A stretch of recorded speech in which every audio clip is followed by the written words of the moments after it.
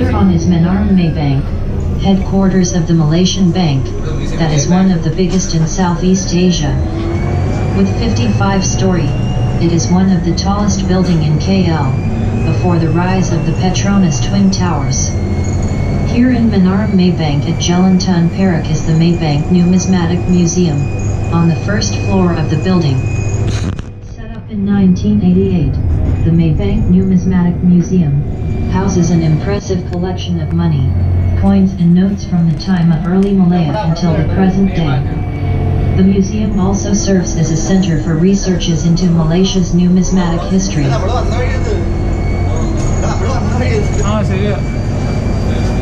We are heading to stop number 8, Chinatown. From the mushrooming modern urbanscape of high-tech buildings, let's move on to the earlier, more historic section of KL, south of the Kuala Lumpur city center.